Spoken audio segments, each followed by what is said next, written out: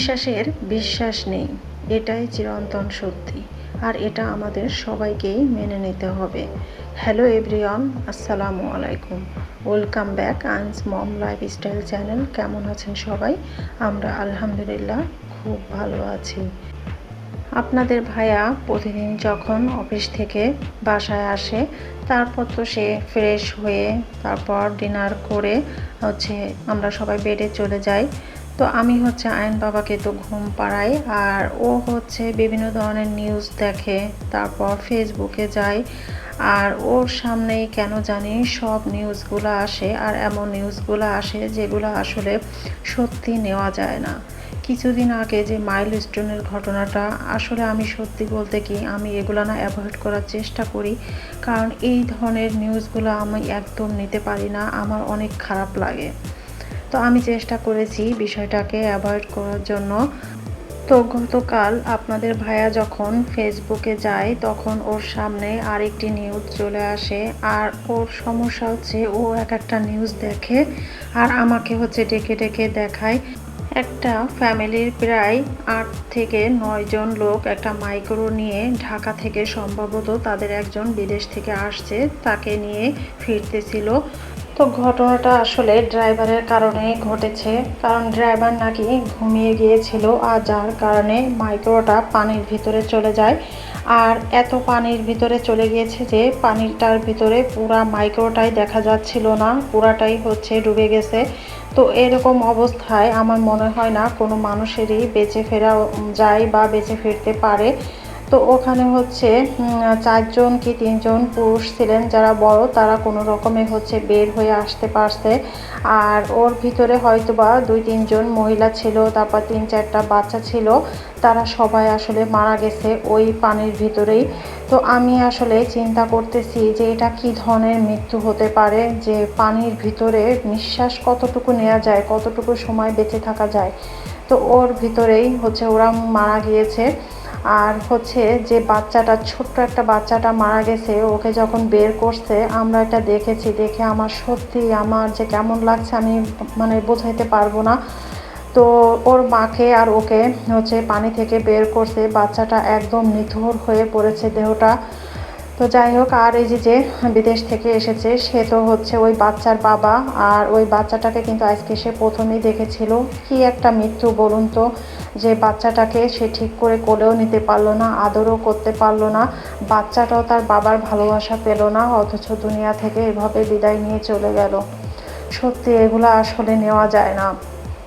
তো যাই হোক, এখন আসলে এইগুলা নিয়ে আর কথা না বলি, তবে একটাই কথা বলবো, যে যারা ড্রাইভার আছেন, যারা বাস চালান বা মাইক্রো চালান, যেটাই চালান না কেন, আমি মনে করি সবাই একটু সচেতন হয়ে চালাতে হবে।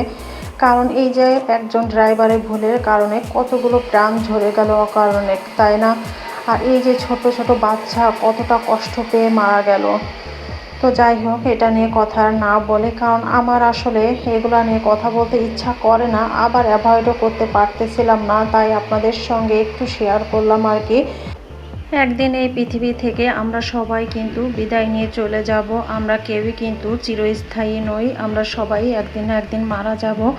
তো এটাই আল্লাহর কাছে চাই যে আমরা যারা এই মৃত্যুবরণ করি না কেন, সবাই যেন স্বাভাবিক মৃত্যুবরণ করি, এতটা কষ্ট নিয়ে যেন কারোর মৃত্যু না হয়, এই আর কি।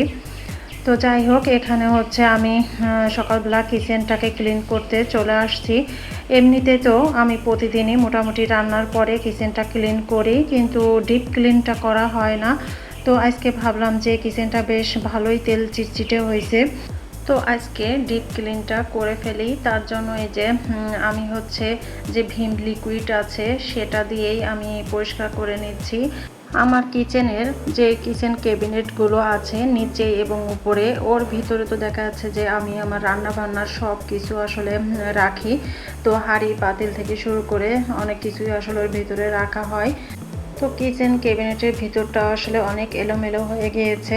দেখা যাচ্ছে যে কিছুদিন পর পরই কিন্তু সব কিছুই গোছাতে হয়, এলোমেলো হয়ে যায়। এটা ওটা বের করতে করতে দেখা যাচ্ছে এলোমেলো হয়ে যায়।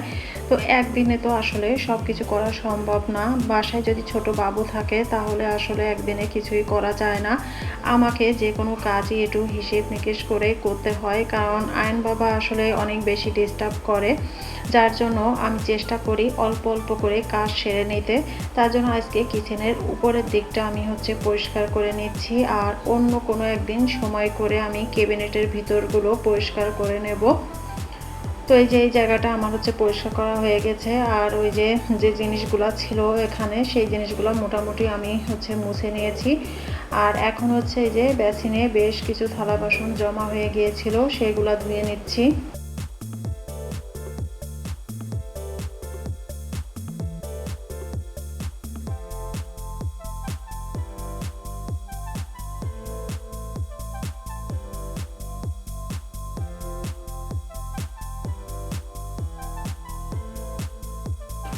বেসিনের পাশে একটা গাছ দেখতে পাচ্ছেন, এটা মানি প্ল্যান্ট গাছ। তো এই গাছটা কিন্তু অনেক দিন হলো আনা হয়েছে, প্রায় 1 বছর তো হয়েই গেছে এই গাছটা আনা হয়েছে, কিন্তু এই গাছটা কিন্তু বেশি একটা বড় হচ্ছে না বা ঝাঁকড়ানো হচ্ছে না, এভাবেই আছে আর কি। তো চিন্তা করেছি যে আরেকটা মানি প্ল্যান্ট গাছ আনবো।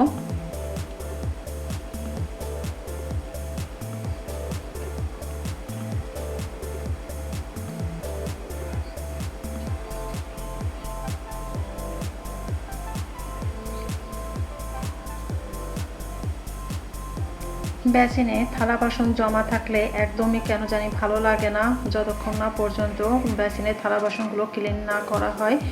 তো যাই হোক, ওই মানি প্ল্যান্ট গাছেও একটু পানি দিয়ে দিলাম, ওর পানিটাও শুকিয়ে গিয়েছিল। আর এখন এই যে বেসিনটাও আমি ক্লিন করে নিচ্ছি।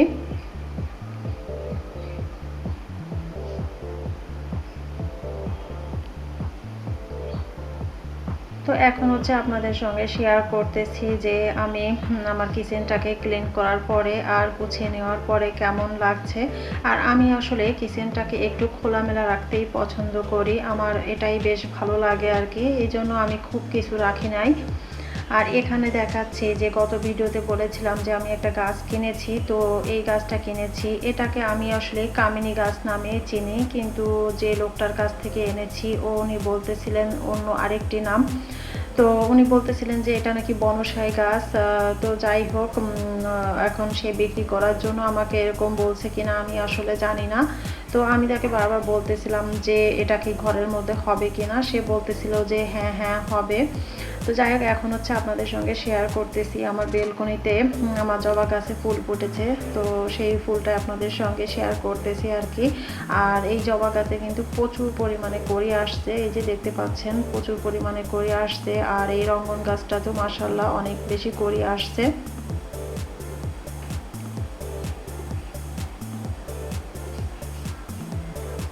এখন গতকাল যে জামা কাপড়গুলো পরিষ্কার করেছিলাম সেগুলো শুকিয়ে গেছে, তো ওই যে বেডের সাইডে রেখে দিয়েছিলাম।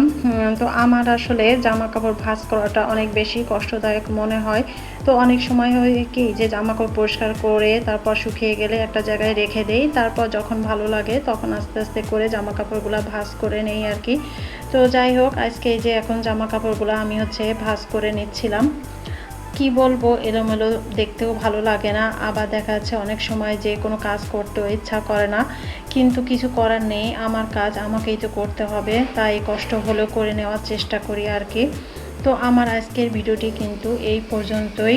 যদি আমার ভিডিওটি ভালো লাগে প্লিজ একটা লাইক করে দিবেন, আর পরবর্তী ভিডিও দেখার আমন্ত্রণ জানিয়ে সবার সুস্থতা কামনা করে এই পর্যন্তই আমার ভিডিওটি শেষ করছি। সবাই ভালো থাকবেন, সুস্থ থাকবেন, আল্লাহ হাফেজ, আসসালামু আলাইকুম।